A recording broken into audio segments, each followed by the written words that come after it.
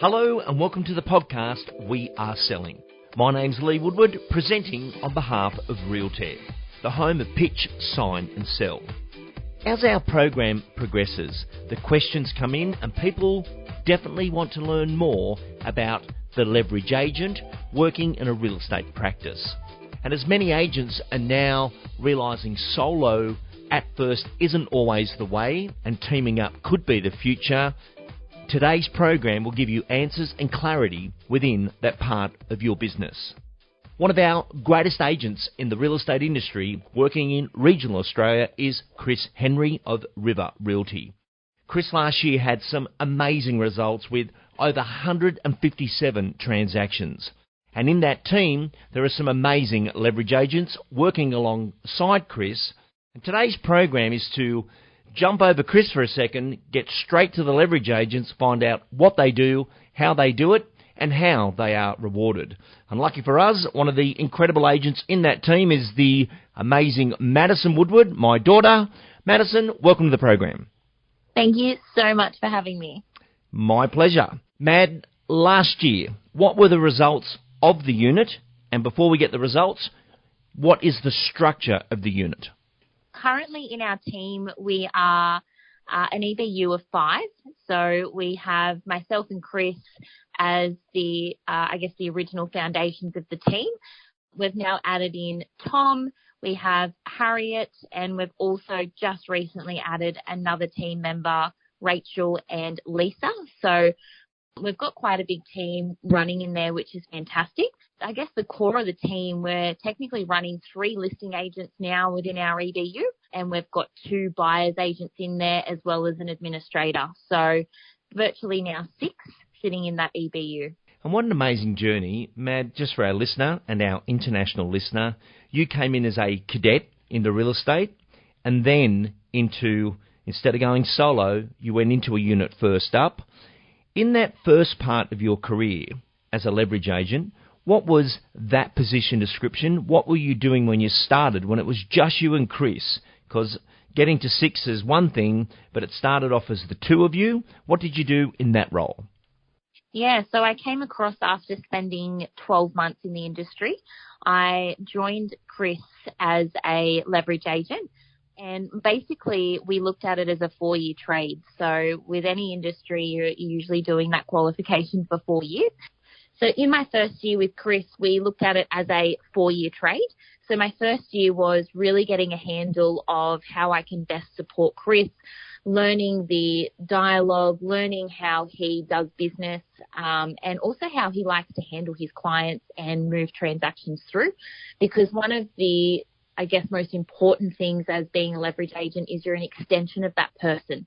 So you need to make sure that you are an extension of their brand, an extension of how they think, and represent them to the best that you can so that it is a very seamless working relationship. How did you get over the issue that pops up where the consumer, our seller, our buyer, feels, I don't want to be palmed off to an assistant? How did you get around that?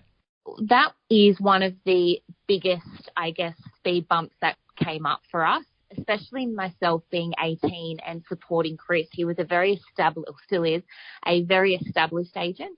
So a lot of his business was quite high end and still is quite high end. So we're talking, over that million towards that $2 million mark. You're dealing with a lot of older that want to ensure that they've got really good service and they're being looked after.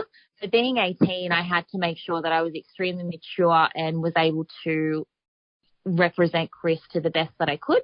And that really just came down to making sure that I knew my dialogue, I knew the process, and it came back to edification. So when Chris and I would go out to present, we presented as a pair. So we really needed to make sure that when Chris was speaking, when Chris was talking about me, talking about my role, that we were introducing ourselves as a team.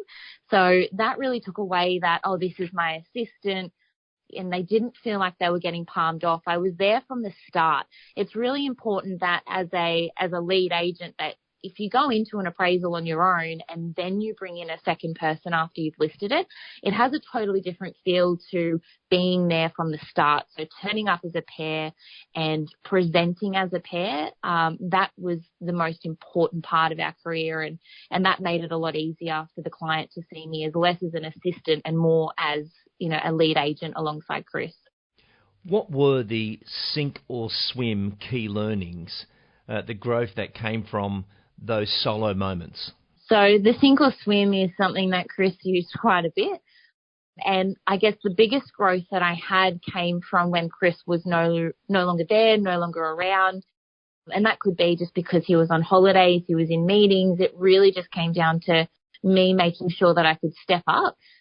Chris would never put me in a situation that he didn't think I could handle. So I think that's very important. You don't want to set someone up to fail. With the confidence and the training, there was times where Chris would step back, and that could be, at a buyer inspection. It could have been during a listing presentation. He would actually transfer over. If he wasn't there because he was on leave or on holidays, I had to make sure that all of the vendors were communicated with and all of our systems and processes remained exactly the same as if he was in the room or running, alongside me at the time. Mad, were you exposed to all conversations, inspections, appraisals and negotiations, or just when needed? I was there for everything, and I think that's really important and such a big contribution to my learning, because you can't shelter a leverage agent if you want someone that's going to be an extension from you. They need to understand on how you respond, how you like things handled, especially with difficult conversations. I was never sheltered from anything, whether it was a vendor, a buyer, whether it was a high up employee conversation, whether we were dealing with a contractor, whether it was something that wasn't right or something that was going really well. It was important to listen to how Chris actually spoke and how he did things to make sure that I knew how to handle them come the time when he's not there. Learning the art of where to fit as a leverage agent and what to say and when to say it, what have you learned about that? Yeah, so you definitely need to watch and listen for a long time to get a feel of what to say and when to say it. And that really is referring to a listing presentation. That is the one position that you need to make sure that when I'm there, I'm supporting Chris. What I'm saying, my body language matches what he's putting out as well. And that just came down to a lot of role play and a lot of training away from the client. So learning when to jump in a listing presentation. Chris would always make sure that, when we are presenting, that it wasn't just him talking. He wasn't the only one presenting to the owner. There was an actual transfer of, presenting throughout our appraisals. So I would go in and present the marketing side of things, the strategy, and basically I would present that part because that was my part of my role. So when we do bring a property to the market, it was important that I presented what I was going to be looking after for that client. Key point there for our listener, if Maddison's presenting the marketing and strategy, then she's going to run the marketing and strategy. It's natural. If Chris presents it, why is she doing it? And I think that was a really good pickup in what you've just said. But what have been the results? Like in the last year, what were the final results of the grand final year? Yeah, so our team in the last 12 months settled 154 sales, which was fantastic. And that equated to just over a 3 million GCI. Wow, absolutely phenomenal. And if we divided all those people up in isolation, we're not going to see that sort of result. And really for most of that year, you were travelling with 3 of you. It's only now we're starting to train the next groups coming through. And just for our EBU leaders there, bring them in early. And as Maddison pointed out, that 4-year journey, you're not there for 20 minutes or a year. It's not worth it. The 4-year journey is key. Maddison, take us into roles and responsibilities. What does Chris not do? Chris's job is to list property. That is his main role. So bringing in the business is something that that is his only focus. Once a property is listed, it's then over to us to build the campaign, start that communication up with the vendors, start booking their inspections, and just giving them absolute clarity on the journey ahead. Once the property is ready to hit the market and it's ready to start being shown, that's when Chris will jump back in. However, he's not just doing the inspections by himself. We are all doing the inspections. It's important that the vendor sees that we're all there and that we all know the property as well. So Chris is not bogged down in administration. He's not bogged down in booking appointments and project management. That's over to myself and also our administrator to help get all of that organised and pushed through. Chris is purely out on the field. He is client facing, but also, as I said, I'm also an extension of him doing that as well.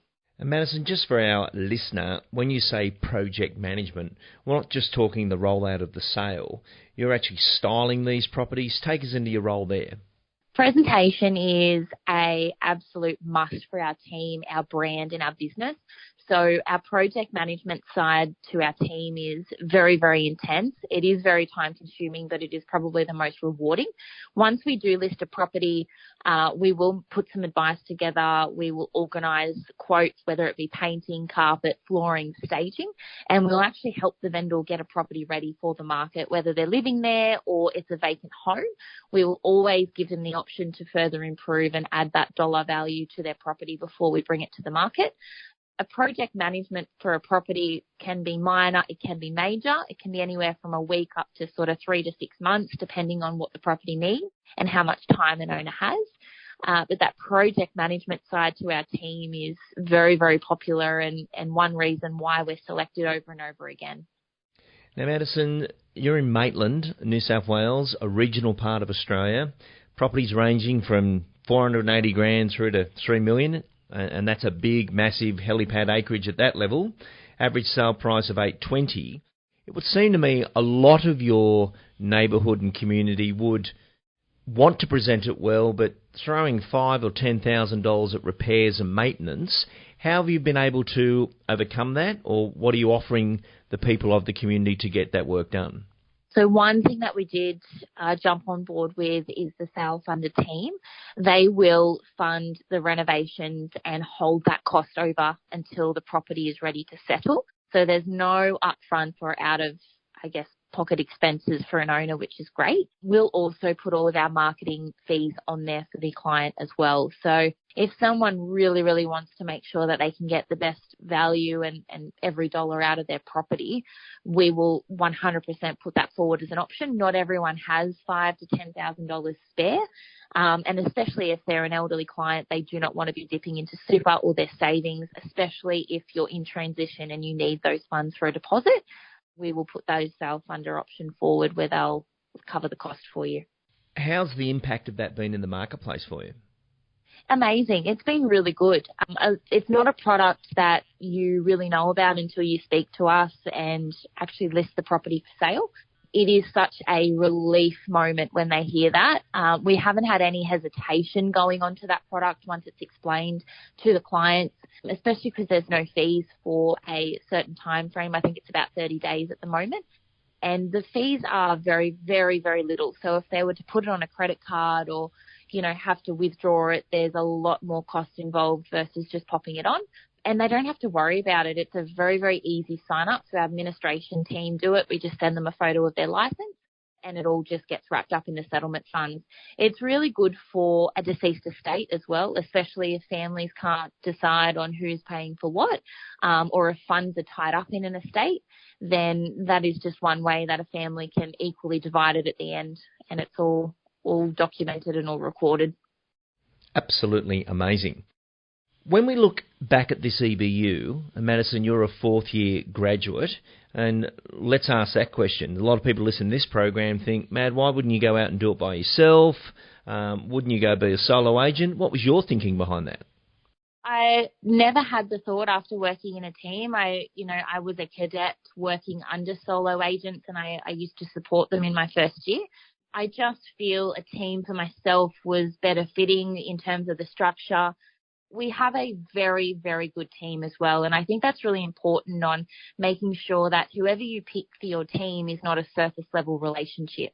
You really need to have each other's backs. You need to have no friction or frustration. You need to make sure that you've got a genuine connection with who you're working with. That was something that Chris and I were really lucky. We clicked right from the start.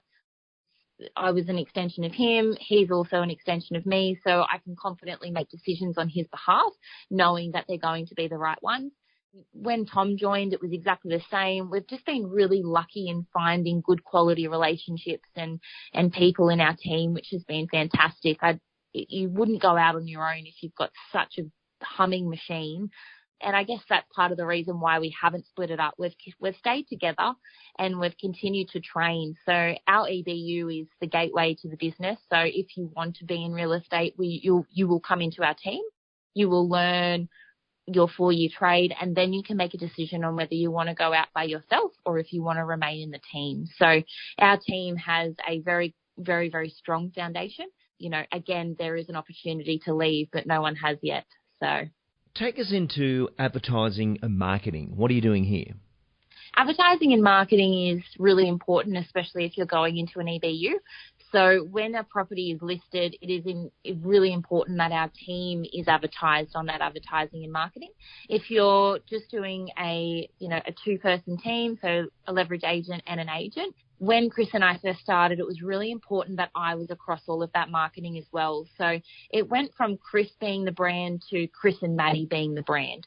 So it was important that we built our brand as a pair, as a team, and then it just removed that assistant feel away. I feel there's a lot of frustration and a lot of undertrained assistants out there that are being palmed, and that is where I guess that stereotype is coming from. But we found quite early that making sure that the brand was strong as a pair really removed any of that frustration from the vendor and the consumer. Well, Maddison, we've come to the big grand finale, the big question that everyone asks us on this show when it comes to the leverage agents. And there's no right or wrong. It's a harmony moment. But how does the pay structures work? Absolutely. So we have a percentage that is paid. Usually it's a 5% for a leverage agent coming into our team, and then moving your way up from there. So obviously 50% is going to the business, and there is a pie that is divided up amongst the team members that are in there. But a young leverage agent coming in, if the team is doing really well, it is a very, very good income that a leverage agent can earn. And everyone is paid no matter who sells the property. So if there's 10 properties sold in a week and a leverage agent worked across 3, it doesn't matter. You are still paid across the board, because I guess everyone is touching the property at some point. The structure, if someone was to be unwell, step away, step out, it doesn't matter. You all are paid equally and fair according to that percentage that's agreed to. So, Mad, everyone gets a base salary. Yeah. Then there is a break-even point to cover everyone's base salary, inclusive of Chris, and then that pooled amount is split amongst the team members based upon their experience and their skill set. Correct. That's right.